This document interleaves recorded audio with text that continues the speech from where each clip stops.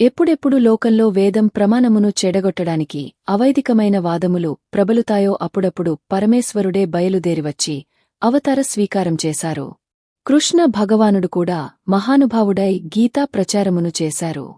ఆయన ప్రబోధించిన భగవద్గీత ప్రస్థానత్రయంలో ఒకటిగా భాసిల్లుతున్నది. అంతటి భగవద్గీతను మనకు అందించినటువంటి జగదాచార్యుడు కృష్ణ పరమాత్మ ఉన్నది ఒక్కటే పరబ్రహ్మతత్వం. అదే ఒకనాడు కృష్ణుడిగా భాసించింది. అటువంటి భగవద్గీతను ఇచ్చిన కృష్ణ పరమాత్మ అవతారం ఎందుకో కలియుగంలో వచ్చే ప్రమాదముల నుండి ఉద్ధరించగలిగినంత జ్ఞానబోధ చేయలేదు. దానికి ఒక్కటే కారణం. ద్వాపరయుగంలో అప్పటికే ధర్మమును నిర్వీర్యం చేసే వాళ్ల సంఖ్య కోట్లలోకి వెళ్లిపోయింది. కృష్ణావతార ప్రారంభం నుండే ఆయన ఎంతో రాక్షస సంహారం చేశాడు. పూతనా సంహారంతో మొదలుపెట్టి ఎంతోమంది రాక్షసులను చంపాడు. జరాసంధాది రాక్షసులనందరినీ ముందరే చంపి ఉండకపోతే కురుక్షేత్రంలో నిజంగా పాండవులు నిలబదగలరా?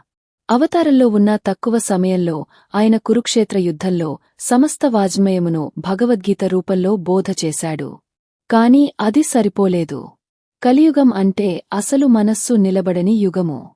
కలిపురుషుని ప్రకోపములు చాలా ఎక్కువగా ఉంటాయి. అయినప్పటికీ మీరు ఈశ్వరుని పాదములు గట్టిగా పట్టుకోనడానికి ప్రయత్నించాలి. దానికి ప్రస్థానత్రయభాష్యంతో మొదలుపెట్టి ఈశ్వరుడిని స్తోత్రం చేయడం వరకు ఆకాశం నుంచి పాతాళం వరకు సమస్త వాజ్మయమును జ్ఞానబోధ తప్ప ఇంకొక ప్రయత్నమూ పనికాని పెట్టుకోకుండా 32 జీవితంలో షణ్మత స్థాపనాచార్యులై శృతి ప్రమాణమును నిలబెట్టి దేవతలందరిమీద స్తోత్రములు చెప్పి శివానందలహరి, సౌందర్యలహరి, బ్రహ్మసూత్రభాష్యము వంటివి ఎన్నో చేశారు శంకరాచార్యులవారు. వారి పేరు చెబితే చాలు మన పాపములు పటాపంచలు అయిపోతాయి. శృతి స్మృతి పురాణానాం ఆలయం కరుణాలయం. నమామి భగవత్పాద సంకరం లోకసంకరం. అటువంటి సంకర భగవత్పాదులై ఈ భూమిమీద నడయాడి మనకి జ్ఞానబోధ చేశారు. శుభం కళ్యాణం శ్రేయం భద్రం శోభనం. ఇవన్నీ జ్ఞానంలోకి వెళ్ళిపోతాయి. జ్ఞానం కన్నా గొప్ప కళ్యాణం, గొప్ప శుభం, భద్రం, శ్రేయం, శోభనం ఇంక ప్రపంచంలో లేవు. అటువంటి జ్ఞానమును మీకు అందించడానికి పరమేశ్వరుడే శంకరుడిగా ఈ భూమండలమీద నడయాడినాడు.